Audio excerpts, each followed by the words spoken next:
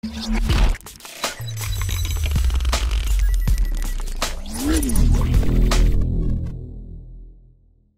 ডায়েজ ও প্রিয়া ডায়েজ বাংলাদেশের টিভি নাটকের একসময় পরিচিত মুখ।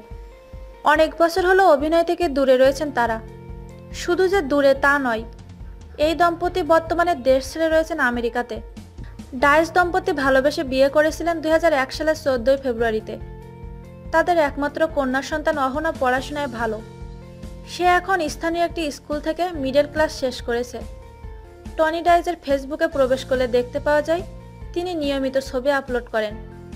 আমেরিকার বিভিন্ন জায়গাতে বিভিন্ন সময় পরিবার নিয়ে ঘোরার ছবি আপলোড করেন তিনি। হাস্যোজ্জ্বল এসব ছবি দেখে বোঝা যায় বেশ ভালোই আছেন এই দম্পতি।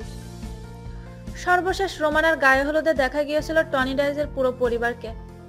বাংলাদেশের এই দম্পতির প্রচুর ভক্ত রয়েছেন এবং তারা অপেক্ষায় আছেন কবে ফিরে আবারও তারা অভিনয়ে নিয়মিত হবেন। ভক্তের এই আশা কি পূরণ হবে? উত্তর দিতে পারে সময়। উল্লেখ্য, টনি ডায়েজ 1994 সাল থেকে 4 শতাধিক নাটক, সিরিয়াল আর টেলিফিল্মে কাজ করেছেন। তার অভিনীত চলচ্চিত্র পৌষ মাসের পীড়িত, মেঘের কোলে রোদ, রূপকথার রাজকন্যার গল্প ইত্যাদি।